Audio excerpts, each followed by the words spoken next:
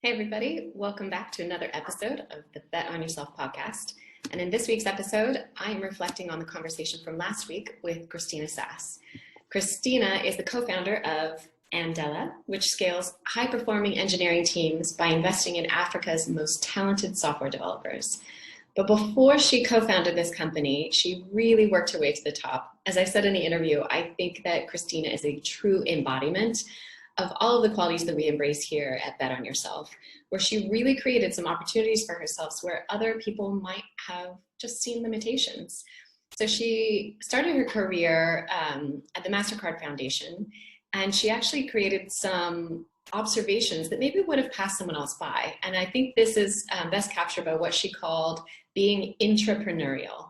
So intrapreneurial is when you have an entrepreneurial approach to a traditional job. You're working maybe at a big company, more traditional job, one that tends to be very reactionary, but instead you take an entrepreneurial approach and you seek out opportunities to stretch yourself beyond your traditional job description, maybe what your manager would be expecting of you or what the company itself has ever done before.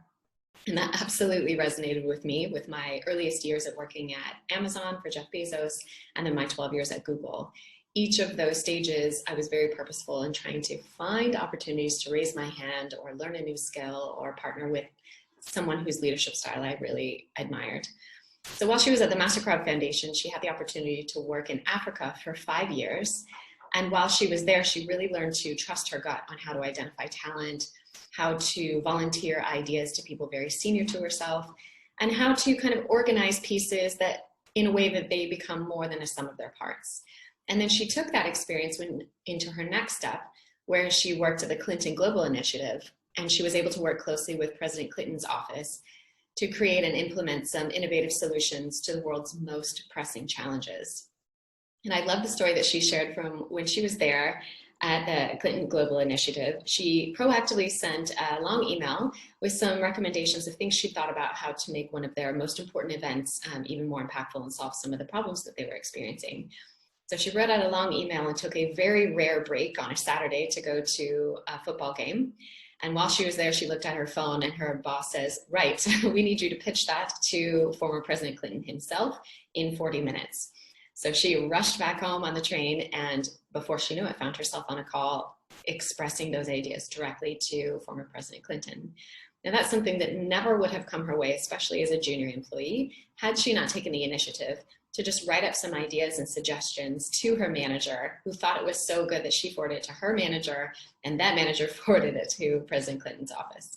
And that pattern, I'm telling you, applies to anyone, at any company, at any stage. That is absolutely how I got noticed, how I learned new skills, and how I was noticed as a leader in the tech industry and at Amazon and Google in particular. And I think Christina really came by this very honestly, and this is kind of something I relate to. So her father was an immigrant from Germany, and he had a very strong approach in emphasizing education and hard work. So when she was young, her father worked at IBM, but while he was still learning English and struggling a little bit on that side, which I relate to now, struggling with my Spanish, but while he was working on perfecting his language skills, he worked at IBM moving boxes. Now, he had a long and very successful career at IBM, over 30 years there, but they kept reinvesting in him because they saw his hard work, they saw his potential, they saw his dedication and passion alignment, and that opened doors for him that wouldn't have otherwise opened, from moving boxes and making his way up through the company. So I think the general theme there is to really look at opportunities that involve a couple of things. First, I look for prioritizing learning. If I take on that project or that role or go to that company, am I going to learn a skill that's going to future-proof my career? Am I moving into a really competitive industry, expanding my knowledge base? Am I going to be able to work on projects that are outside of my comfort zone but use my current skills in a new way that just stretches me a little bit beyond where I've been before? Second is I look for the quality of leadership that I'll be able to work with there.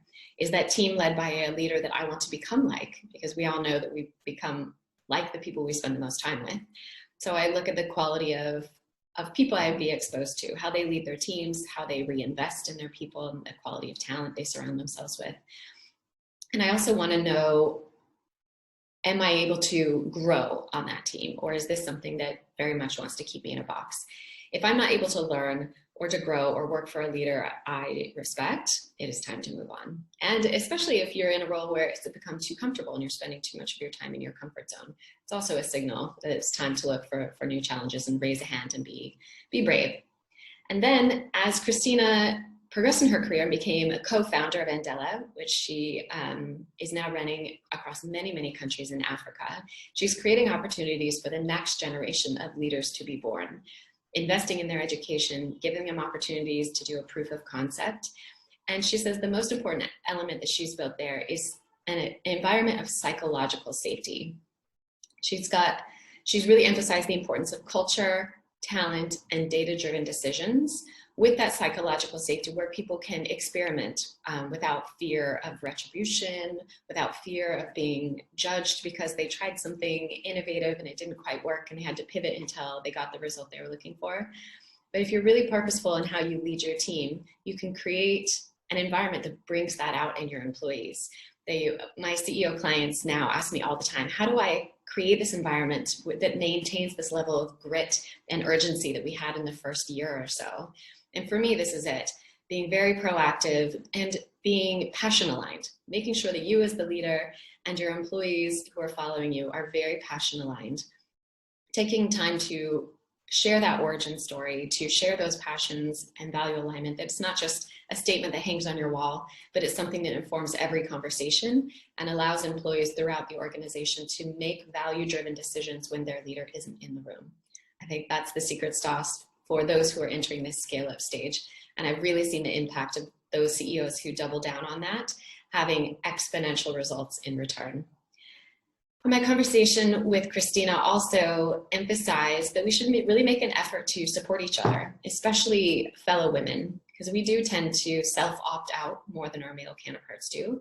So the more that we can recommend fellow women for promotions or for job opportunities, or really boost each other up through mentorship or just sharing our struggles and our frustrations, our joys and our celebrations, will empower more of us to really be part of this future that we want to see in the world.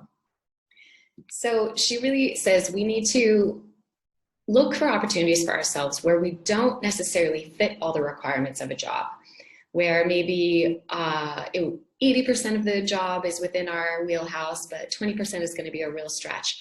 Raise your hand and jump into that and really set yourself up for some successes that come through that hard-earned growth and learning.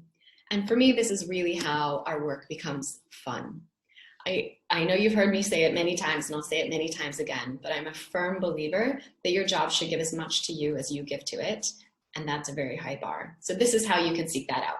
Look for opportunities to learn, raise your hand and volunteer for something before you feel prepared to do it perfectly. Volunteer a suggestion, especially to somebody very senior to you, and surround yourself with people who create an environment of psychological safety that allows you to experiment and to trust your instincts. I think really good things are going to come of it the more and more of us that do that, especially some underrepresented voices. We need you. We need your unique background, your perspective, your goals, and the contribution that you can make into society that no one else can. So I hope you'll go out there and make a big bet. Please share this with your network. Please tag me in social media and let me know how you've applied this and what successes have come your way as a result. I really believe in this. I think this could make a huge difference if you take even just one big bet this week. Please share it with me. Have a good week. I'll see you next week.